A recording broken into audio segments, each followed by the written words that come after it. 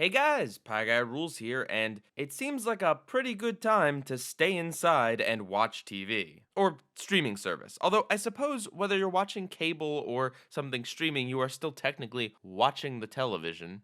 Anyway, since I recently did a review on Disney Plus, I figure I'd recommend three shows on that streaming service that you may not have even heard of that I think are worthy of your attention and a second life on Disney Plus. And coincidentally, all three of these shows have connections to major properties that you've definitely heard of and probably seen some of. So if you're a fan of the Muppets, Marvel, or Mickey Mouse, stick around because I have some suggestions for you. First off, we have The Muppets. To be clear here, I'm talking about the ABC sitcom named The Muppets, not the movie named The Muppets.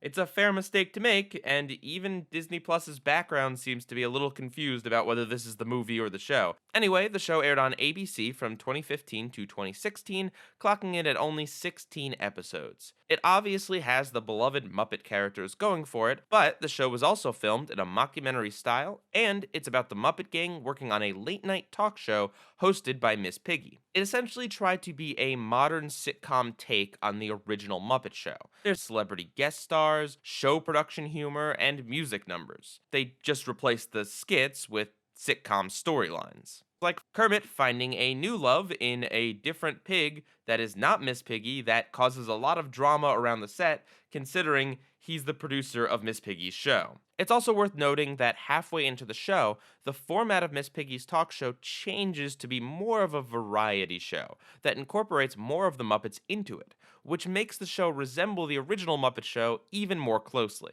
And I have to warn you that the first 9 or so episodes before they make this change are hit or miss. There are some good episodes in there, like Pigs in a Blackout, but then there's episodes like the first two, which are just surprisingly boring for a Muppet project. It's not particularly funny, and it doesn't feel like they're using the Muppet characters to the fullest extent in some early episodes. But I did still want to recommend this show because I feel like it really does become something that's worth watching. The comedy picks up and gets a bit better, the storylines get a little bit more interesting, and there's a lot more Muppety antics. And unfortunately, the show never got a second season where I feel like it could have really found its footing, especially since they were willing to make some changes during the show's production to try to make the show a little better and a little more appealing to Muppet fans. When the show premiered, it did initially get some pretty amazing ratings.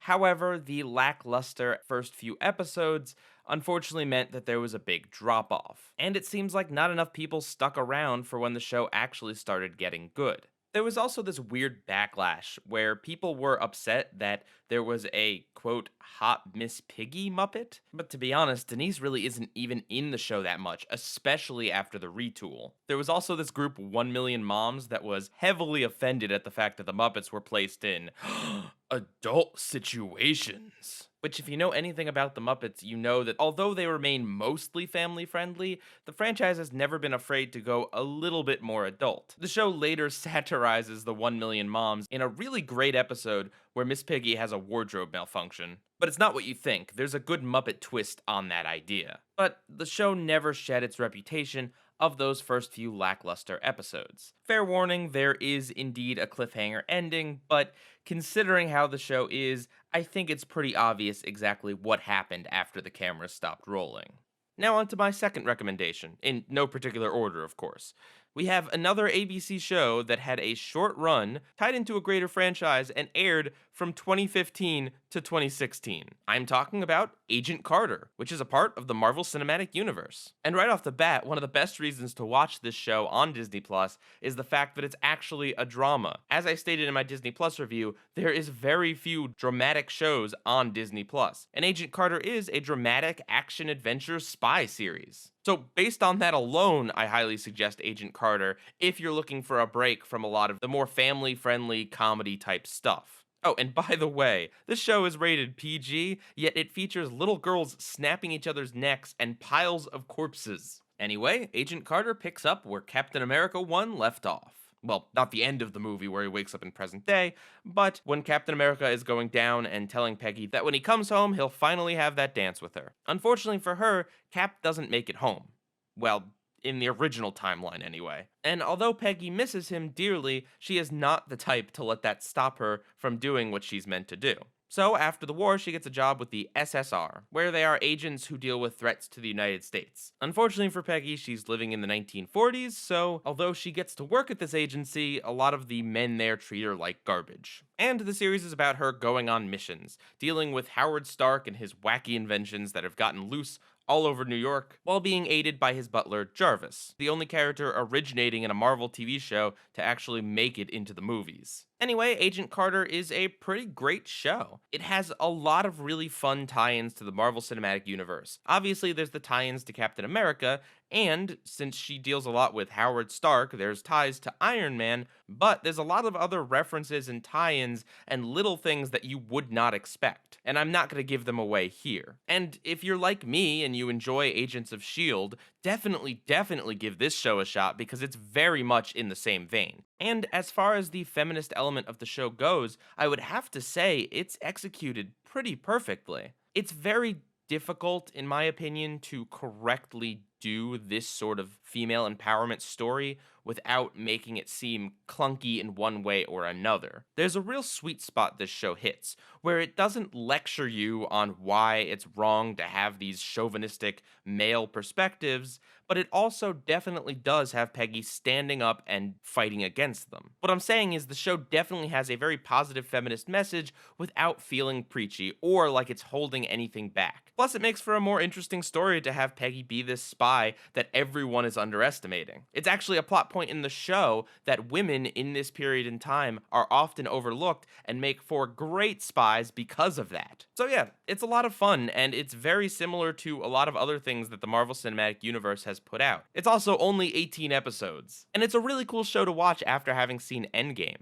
I feel like watching an entire series about Peggy Carter makes me really like and appreciate her character even more, and it makes her and Steve longing for each other even richer and more interesting. That makes her so much more than just being a love interest. The only word of warning I will say is that it is not really much of a superhero show. It is definitely more of a spy show.